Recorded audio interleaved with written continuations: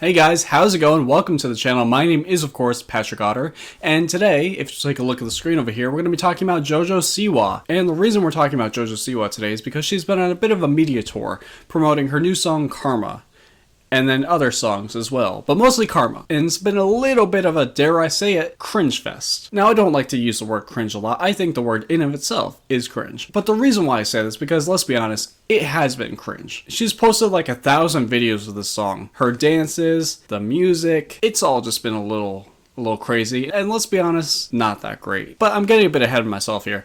Let's go back and talk about who JoJo Siwa is. JoJo Siwa started her career on the show Dance Moms, where literally just little girls dance and get berated by grown-ass adults. Gia, do you know the order of the solos? JoJo! Have you learned nothing? And JoJo Siwa became the star of that show, going on to become pretty much just a brand for all things child-friendly. Sparkles, rainbows, so many bows. She also went on to become one of the faces of Nickelodeon. I'm gonna be honest, I grew up watching Nickelodeon in the era where she was on Nickelodeon. I never saw her, but doing the research for this video, she was on so many shows. And it's just so weird. Randomly she'll just pop up and, oh my god, JoJo Siwa, why are you here? JoJo Siwa continued her career as a dancer, going on to form the dance group XOMG Pop. I think I said that right. And pretty much as soon as the group started, it disbanded. A lot of members coming out recently saying they were verbally and even sometimes emotionally berated by JoJo Siwa and her team. There was even this one incident where a girl needed to go to the hospital and JoJo Siwa would not let her because I guess the show must go on, which makes sense considering how she started her career. And now we get to Karma, JoJo Siwa's big breakout song. Is gonna take over the world. People are gonna be dancing in clubs. They're gonna be singing along. It's gonna be great, right? No, because not only was this JoJo Siwa's new song, it was also JoJo Siwa's attempt at a rebrand for herself. She's like 20, 21 now. She decided, you know what, it's time to put on my big girl pants, and this is what I guess she thinks the big girl pants looks like. That. It kind of looks like she saw one of those movies where Scooby-Doo meets Kiss, and she was like, you know what, I don't know who those guys are, but I like their style. And from that and this whole thing, it kind of seems like JoJo Siwa was just in her own little bubble, and people don't really tell her no, and maybe this isn't a really good look. And then, like I said before, JoJo Siwa made a ton of videos about this song. She made a dance for it that she would literally dance to non-stop in all these videos. And I'm not a dancer or anything, but it just doesn't look good. I mean, look at this.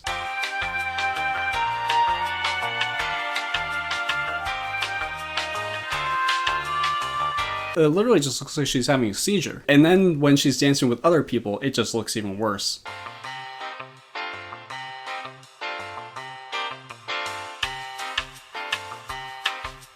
And along with all these videos, she also went on to appear in a lot of interviews and podcasts. And from that, we got a lot of great lines like this. Dream guest on my podcast? Oh my gosh. I mean, honestly, let's spice things up. One of my exes. Oh? It honestly sounds like she's trying to do the Batman voice, but thinks that Christian Bale smoked 100 packs of Marlboro a day just to get that. I don't even know what she's going for here, but it's just grating. And the videos where she sings, I mean, oh my god. You're still a traitor.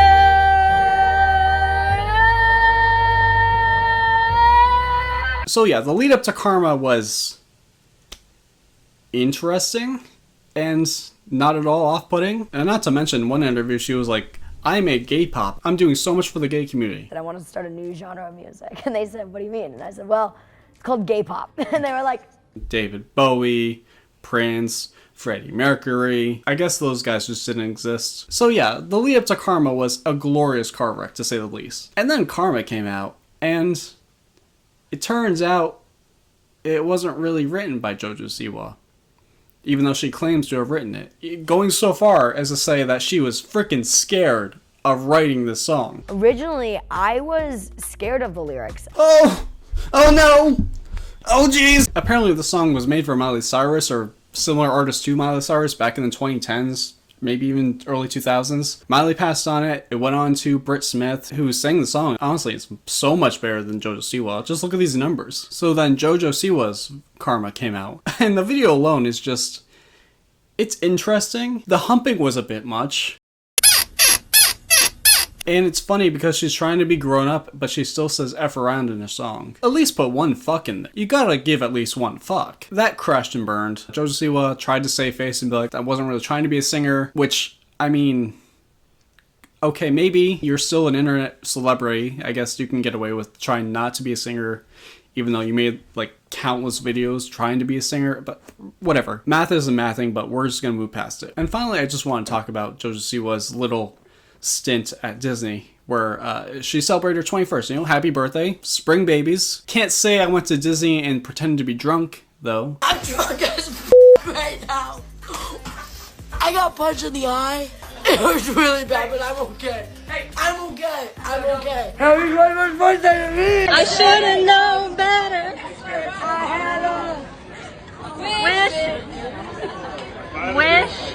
I would have never effed around. Yeah, we know it. If I was part of that group and JoJo Siwa was trying to get me to sing her song, I might just have to leave. Disney's expensive as hell, but I'd rather waste the money and get out of there than stick around for that. Can we talk about the construction outfit? What is that? Feels weird running around in a construction worker's outfit when you're a millionaire. There's a level of ignorance there that I think just isn't being seen or talked about much, but yeah, it just feels weird. But yeah, that's all I really want to say about JoJo Siwa. I'm not here to rag on her or anything. I'm not her biggest hater. I just think she's her biggest fan and needs to be knocked down a couple of pegs, because the level of narcissism on display in all of this stuff is astounding. This whole karma thing alone just shows how into herself she is. Pretty much all the shirts I've seen her wearing that isn't this have her face on it. Her car, can we talk about the car with her face on it? I would be embarrassed as hell to drive around that thing with my face on it. Holy shit. And like you could say, oh, she was a child star, she's probably grown up in this lucrative lifestyle for all her life pretty much, and I do get that to a certain degree. I also get that this whole thing just feels a little corporate,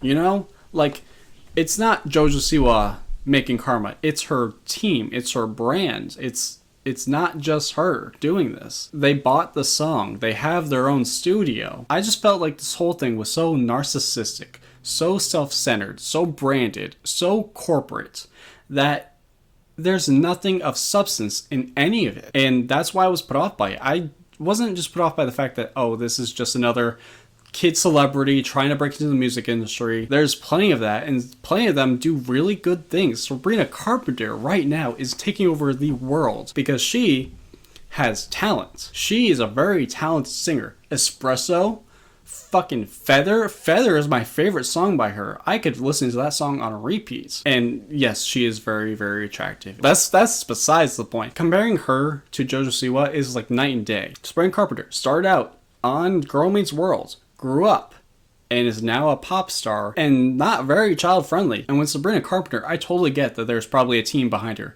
There's probably management behind her. I mean, that just comes with the territory. Those things melded together with her. You know, Sabrina Carpenter's talented, she has the management, those things meshed, and here we are with Feather. Hell, I'm gonna throw that thing on the car later. But with JoJo Siwa, it's not a melding of the two. It's more of like JoJo Siwa just wants it, and her team made it happen because they can't say no. And that doesn't feel as genuine, because again, it's not just JoJo Siwa who's saying it, it's JoJo Siwa as a brand and as someone who just wants to hear themselves talk and see themselves dance, even if it's at a live show doing weird shit.